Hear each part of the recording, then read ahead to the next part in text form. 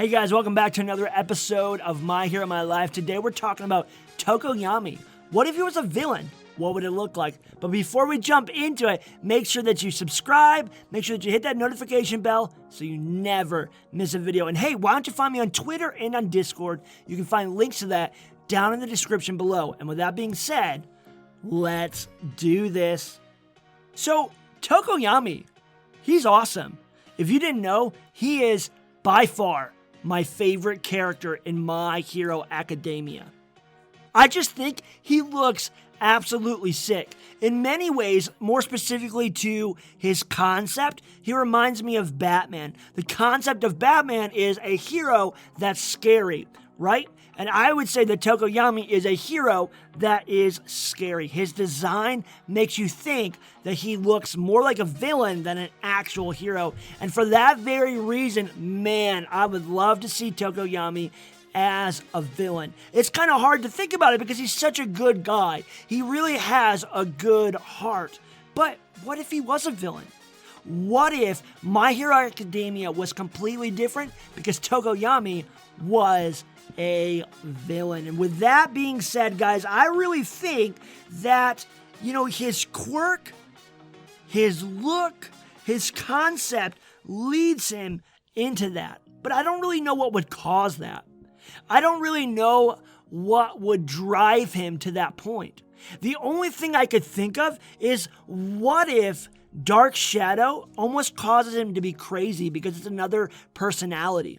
What if Tokoyami was a completely different character? Someone that's struggling with multiple personalities. He's trying to figure out, is it my voice or is it Dark Shadow's voice? And because of that, he can't make good, healthy decisions. Instead, he makes decisions that end up getting him in trouble with the law.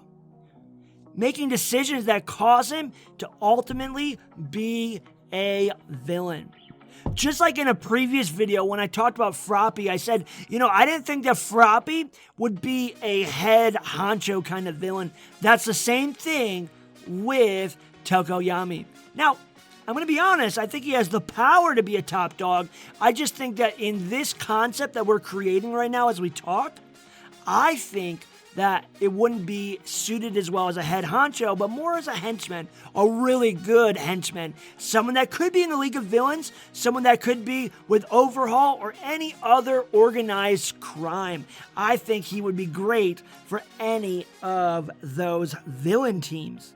When I think of his name, when I think of what is going to be Tokoyami's villain name, I ultimately just think of Dark Shadow. Why doesn't he just call himself Dark Shadow? Why doesn't he just make that his name? But another name you could go with is Night Terror. Ooh, I think that's a good one. What if he's stalking people at night as this Night Terror? Wow. Imagine being all alone in a dark alley somewhere in Japan in the world of My Hero Academia, and here you go, you got Night Terror who is just stalking you, chasing you down. That would be freaky. And I wouldn't want to fight him unless I got a really, really good quirk, because man, this Tokoyami's kind of legit, and Dark Shadow really complements him very well. I of course have to always ask, what would his objective be? What would his drive be? What would his motivation be? And I think it goes back to Froppy, the same thing, trying to understand himself. He didn't become a villain just because he wanted to. He became a villain because it was the only thing that seemed to make sense. It was the only thing that seemed to work for him. It was the only thing that allowed him to be who he was without having to make a drastic change and almost have to deny Dark Shadow because of this dual personality, this kind of struggle that he's doing. And then, of course, how would this change the timeline of My Hero Academia? I love Dark Shadow. I love Tokoyami. And man, that part in Season 3 when he is going nuts is by far one of my favorite parts in the whole series. But again, just like Froppy, I think that it wouldn't make too many drastic changes if Tokoyami wasn't there. I don't think it would hurt the show that much. And so it's hard to say what exactly the show would look like if he wasn't there. It would just be like, oh, he wasn't there. That's simple. Because there hasn't been too much, a little bit, but not too much that has specifically focused on Tokoyami. But guys, what do you think it would be like if Tokoyami was a villain?